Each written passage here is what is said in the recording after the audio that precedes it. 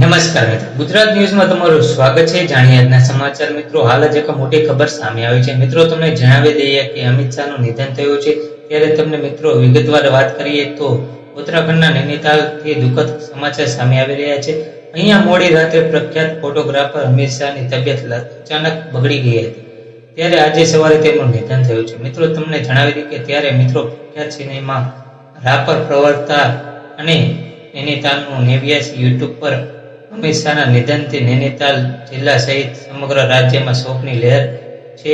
તે ઉત્તરાખંડના ઉભરતા ફોટોગ્રાફર તેને એક યુટ્યુબ ચેનલ પણ હતી।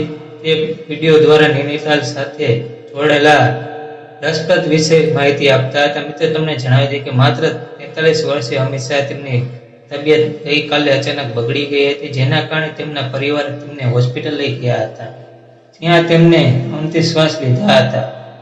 અને અંગે સ્થાનિક લોકોએ કહેવું છે કે તેમને હાર્ટ એટેક આવ્યો હતો। ત્યારેની આ દુઃખદ ખબર સામે આવી રહી છે। તમને જણાવી દઈએ કે મિત્રો આવી જ માહિતી માટે ચેનલને સબસ્ક્રાઇબ અને વિડીયોને લાઈક કરજો મિત્રો। ધન્યવાદ।